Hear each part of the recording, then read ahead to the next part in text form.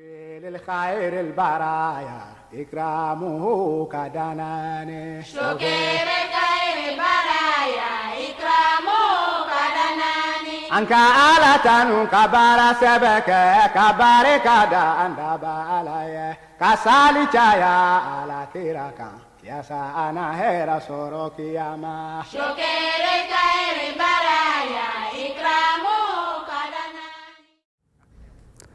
A'ouzou billahi minash shaitani rajim, bismillahir rahmanir rahim. Chers téléspectateurs de la MTA, assalamu alaikum wa rahmatullahi wa barakatuh. Merci de suivre un nouveau programme de Ciel Nouveau. Aujourd'hui, nous parlerons d'un concept qui, ô combien au nom d'un Dieu gracieux et miséricordieux, des hommes commettent des actes odieux et criminels. Et de par leurs actions, durcissent le cœur de ceux qui voudraient bien s'approcher du message confié au noble prophète Mohammed Mustafa sallallahu alayhi wa sallam. Il s'agit du concept du djihad. Alors, qu'est-ce que le djihad? Le djihad a-t-il encore sa place dans la société actuelle? Quelle était la forme de djihad pratiquée par le saint prophète Mohammed Mustafa sallallahu alayhi wa sallam? Autour de la table des invités, nous avons Oustaz Abdraman Ouattara et Mourabi Zaleh. Assalamu alaikum wa rahmatullahi wa barakatuh. Wa alaikum salam. Soyez les bienvenus sur ce plateau. Merci. Aujourd'hui, messieurs les missionnaires, il y a le concept de djihad dont tout le monde a peur. Surtout l'Occident. Quand bien même que ça fait plus de dégâts en Afrique, parce qu'on compte plus de morts en Afrique qu'en Occident. Alors, c'est quoi le djihad, missionnaire Ouattara Abdraman?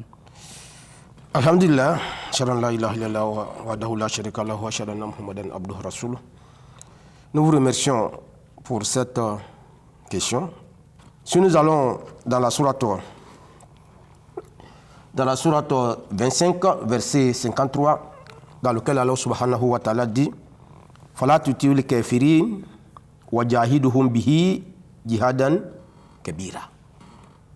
Le mot djihad sort ici. فلا تطيعوا الكافرين وجاهدهم به جهادا كبيرا. Faut pas suivre, faut pas obéir. N'obéissez pas aux mécréants. Mais amène un grand djihad avec le Coran. C'est-à-dire, prends le Coran pour les enseigner, éduquer, prêcher. Donc le grand djihad s'est fait avec le Coran. Donc, ceux qui, dans votre introduction, ceux qui font le djihad autre que ce que le Coran nous a enseigné, on n'appelle pas ça djihad. Ils sont en train de faire les efforts selon leur propre idéologie, leur mentalité.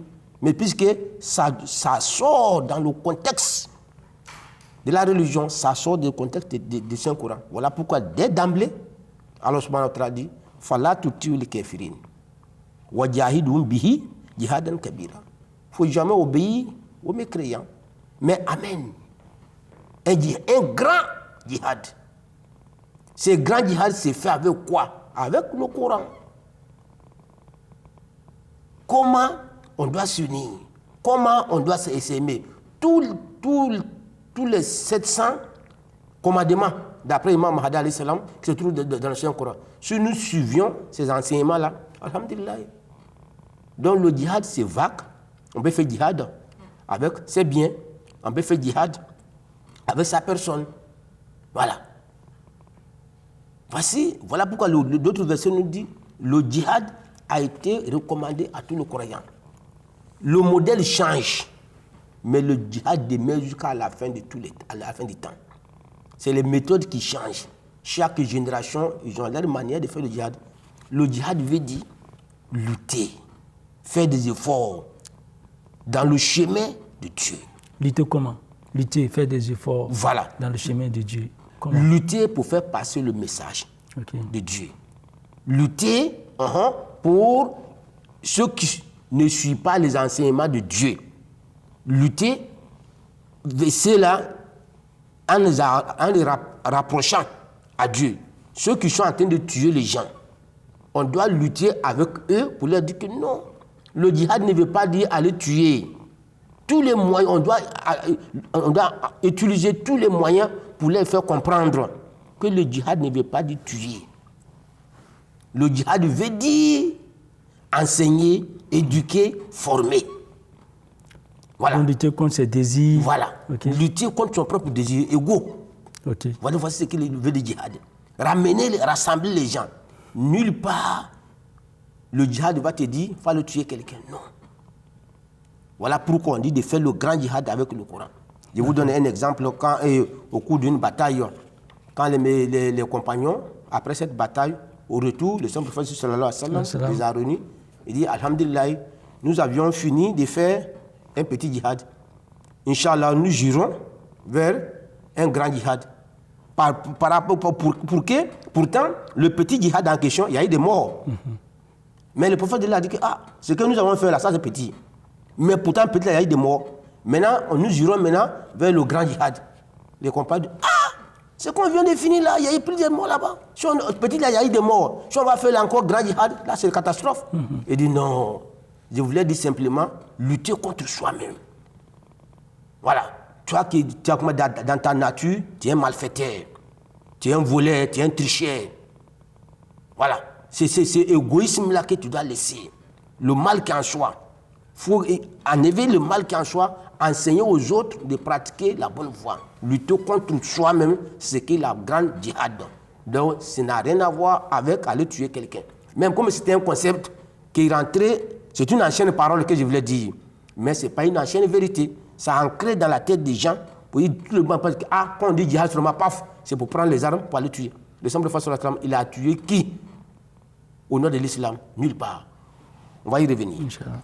Alors, Maurice, vous avez quelque chose à ajouter? Oui, effectivement. Allez-y, s'il vous plaît. Le terme djihad, effectivement, comme M. Gabi vous l'avez dit, c'est un terme qui est un peu horrifiant à certains. Donc, une fois qu'on l'entend, on attend des massacres et puis vraiment de la violence à l'extrême. Mais en réalité, le djihad n'est pas ça. D'abord, le djihad est un terme religieux qui veut dire braver. Quand on dit lutter, ne veut pas dire que non, il faut faire face seulement à quelqu'un physiquement. Je peux braver mes propres égos, c'est-à-dire que pour dominer ma propre personne. Parce que la religion a pour but de rapprocher l'homme vers Dieu. Et pour cela, il est nécessaire, il est primordial que l'homme soi-même fasse un effort pour aller vers Dieu. Donc la religion n'a pas pour but de forcer la masse à accepter. Non, ça, ce n'est pas le sens de la religion et ni l'enseignement que l'islam demande ici. D'abord, en premier lieu, le djihad se définit d'abord comment trouver un moyen, laisser éliminer les qualités négatives en soi et en cette vide, remplacer les qualités moraux. Ça, c'est un premier type de djihad. Le deuxième type de djihad, c'est comment convaincre les gens à travers ta propre manière, à travers ton comportement, à travers ta manière de parler. Donc ça, c'est un deuxième type de djihad.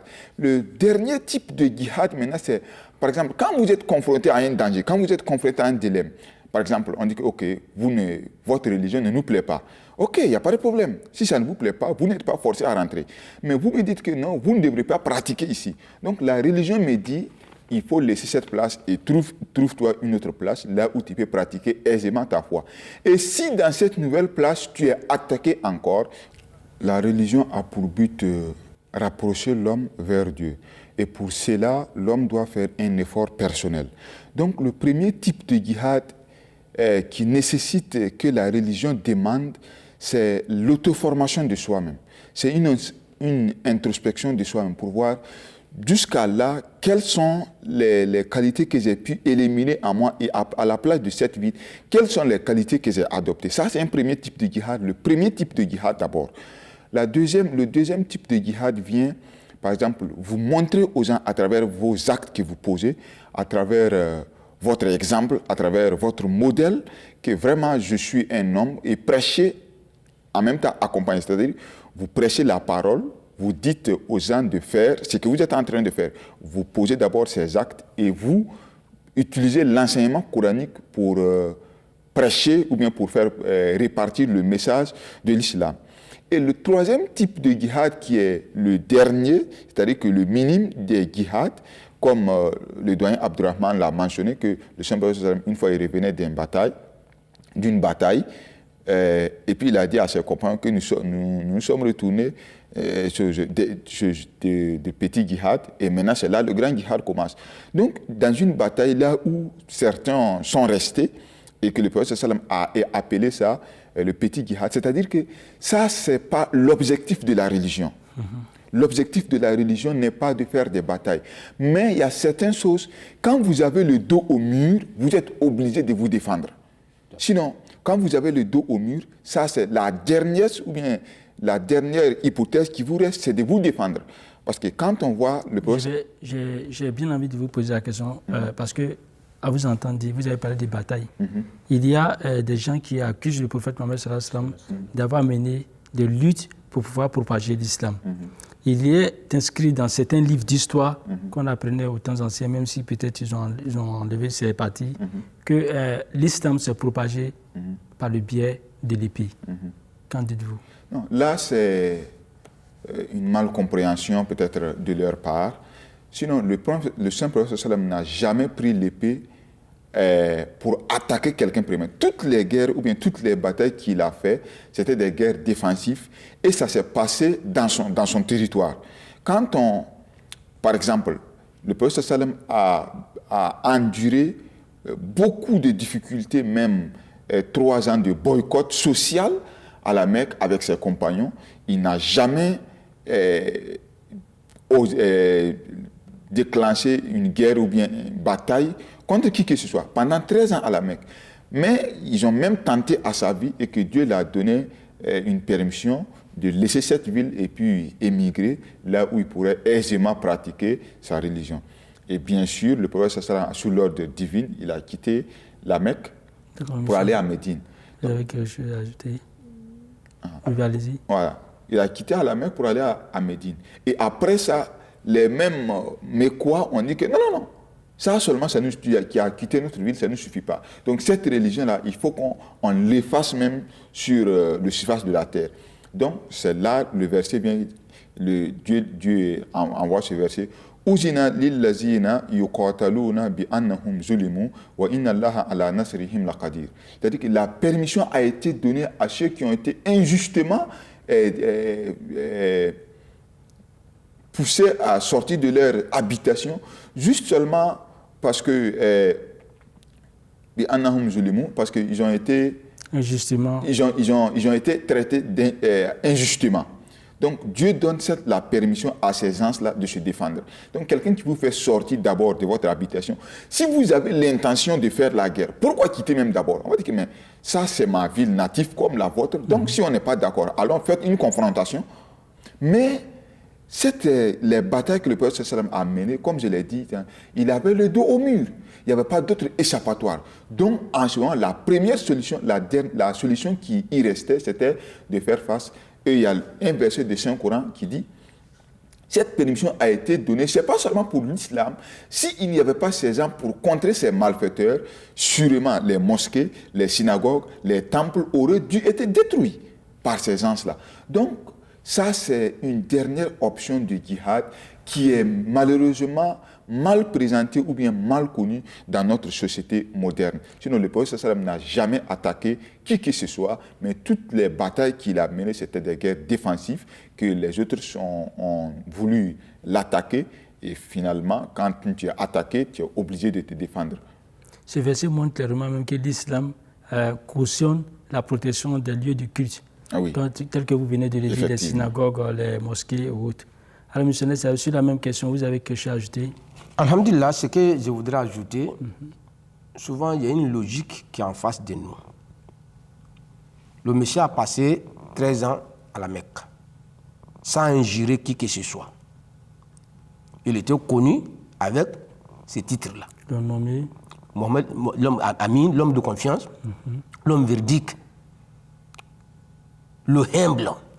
Partout il passe, on l'indexe. Ah, ça, le jeune homme là, il est bien.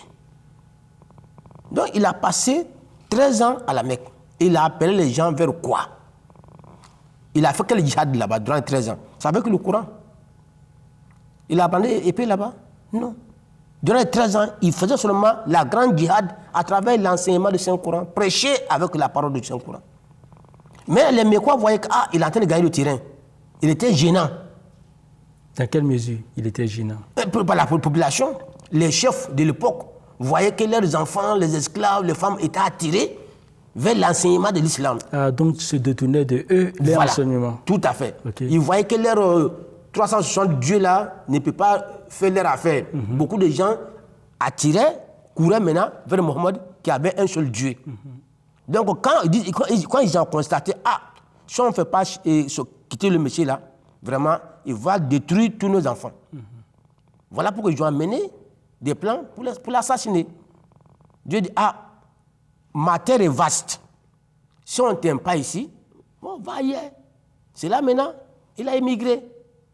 Quand il a émigré maintenant à Médine, là-bas encore, on l'a accueilli là-bas à bras ouverts, puisqu'on savait qui il était.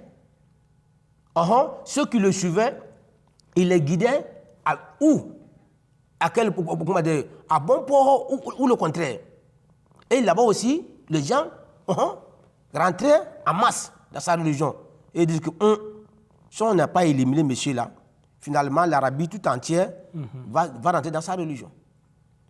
C'est là maintenant 1000 personnes qui sont préparées jusqu'à Adam pour aller attaquer les musulmans. Qui s'est déplacé? Qui a attaqué qui?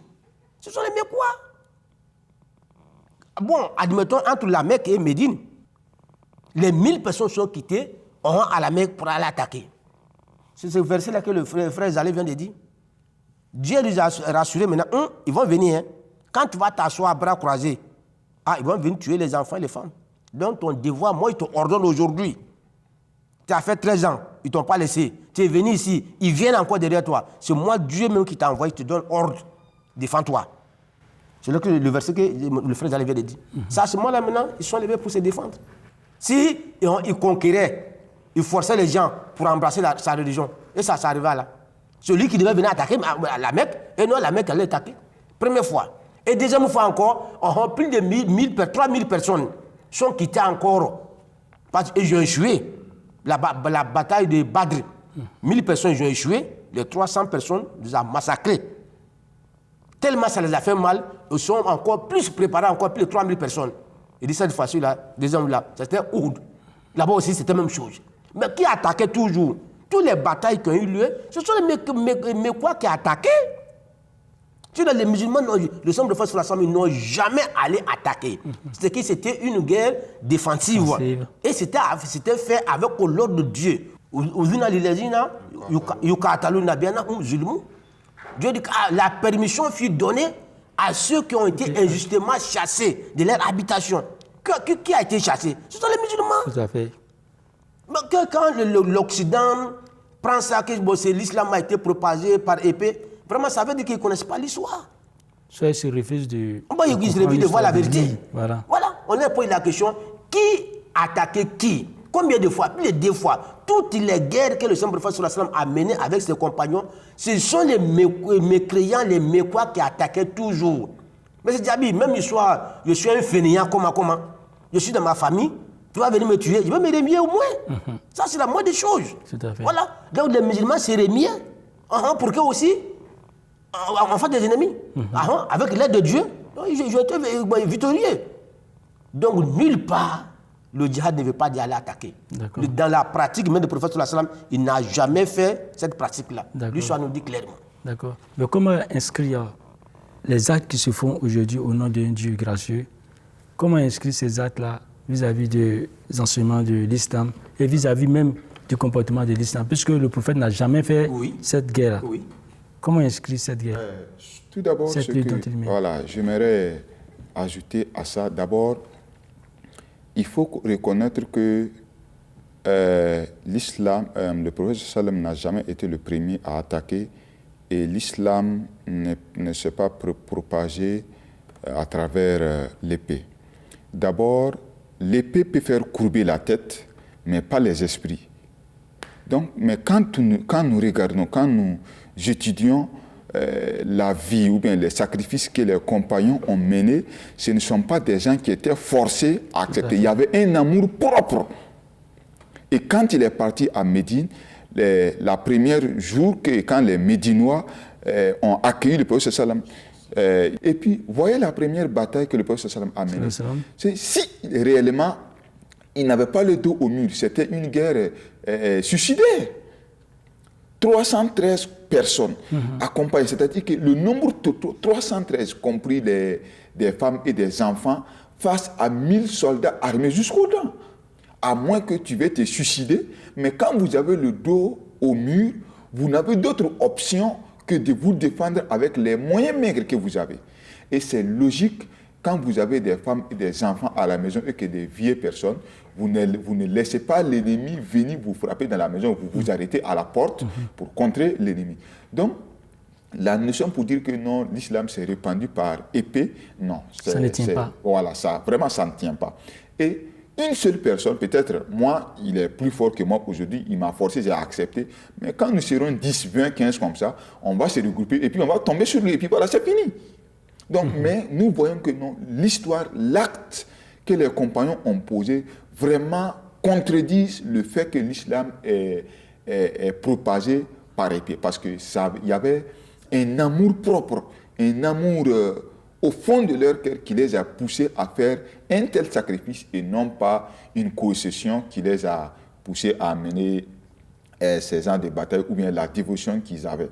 Donc, pour en venir à la question que vous avez posée, que dites-nous, ou bien la religion, face à ceux qui pratiquent la violence au nom de l'islam ou bien au nom de la religion? Vous voyez, toujours dans chaque groupe ou bien dans chaque religion, vous avez toujours des brebis galeux. Des extrémistes. Voilà, des extrémistes qui disent que non, voilà, c'est comme ça. Maintenant, et ils ne voient que ça seulement. Et que le prophète sallam a fait cette guerre, il a fait ça. Mais est-ce que c'est le seul aspect que le prophète sallam nous a enseigné? Il a plusieurs aspects. Par exemple, le Saint-Coran nous dit quand quelqu'un délibérément ôte la vie d'un être frère musulman ou bien d'un être humain, c'est-à-dire que votre récompense n'est d'autre que l'enfer. Et il y a un verset coranique qui dit celui qui tue un être humain intentionnellement, son péché revenait comme s'il a tué l'humanité tout entière. Et il y a un autre verset qui dit celui qui sauve la vie d'un être humain, c'est comme s'il a sauvé la vie tout entière. Donc, comment ces gens-là peuvent justifier leurs actes à base du Saint-Coran? Donc, le Saint-Coran, il ne peut pas avoir de contradiction là-dedans. Donc, ça, c'est pour... La religion est comme un bouclier pour eux, pour pouvoir obtenir à leurs objectifs ou bien politiques ou bien leurs intérêts personnels. Sinon, en âme et conscience, ils savent que non, nous avons un but qui n'a rien à voir avec la religion. Ok. Monsieur Ney, je reviens à vous. Est-ce qu'actuellement, à l'époque actuelle, est-ce que le djihad est permis? Le djihad est permis. Dans mon introduction, je vous avais dit, le djihad reste jusqu'à la fin du monde. D'accord. Ce sont les méthodes qui changent. Okay. Voilà. Les prophètes sallallahu alayhi wa sallam, à leur temps, les moyens qu'ils avaient, ennemis qui étaient en face d'eux, ils ont utilisé ces moyens-là pour faire face à l'ennemi.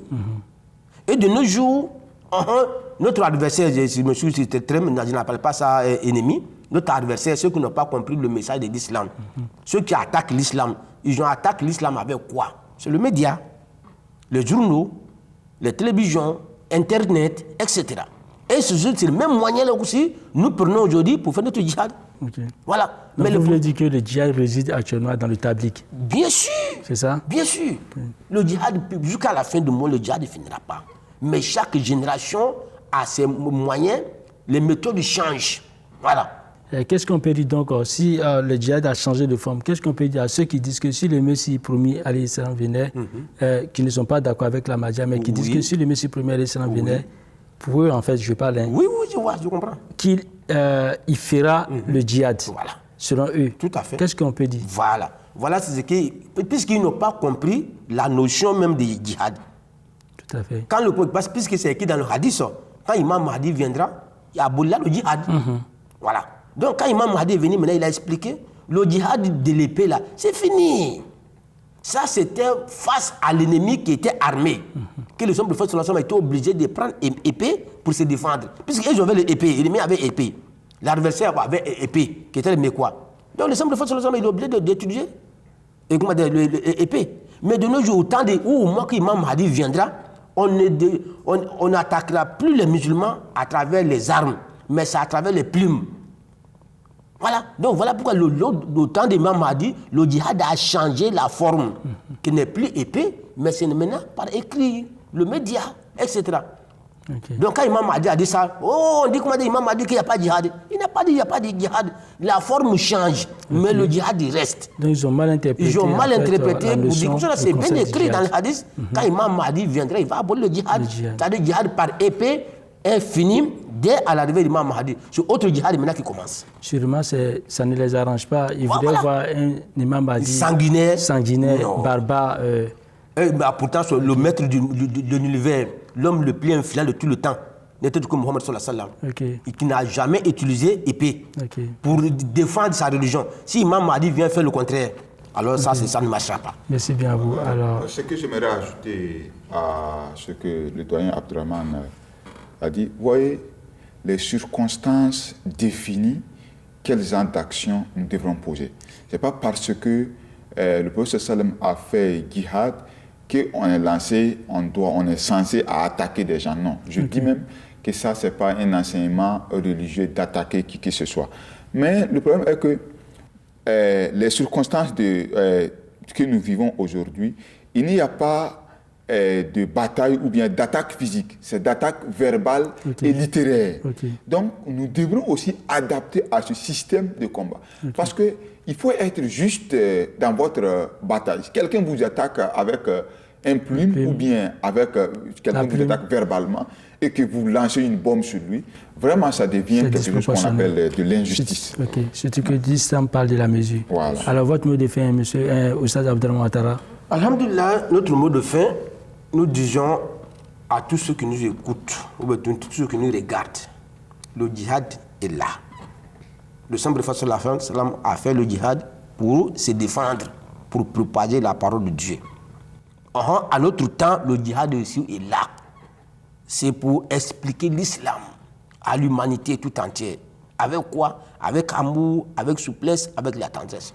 Le même djihad est là. Les méthodes changent. Notre temps actuel, c'est le djihad des plumes, des réseaux sociaux, pour faire un grand djihad. Avec quoi? À travers les versets coraniques, les hadiths. Et non aller attaquer, aller tuer qui que ce soit.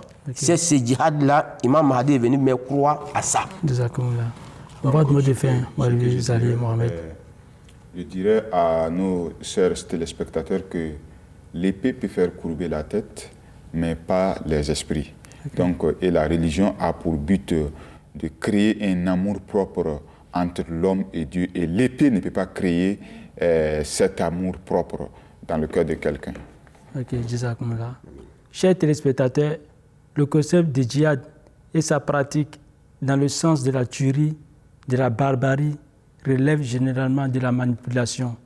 De la manipulation parce que ceux qui s'y adonnent, ceux qu'on met sur le terrain pour aller se faire exploser, sont des gens généralement qui ne connaissent même pas leur religion.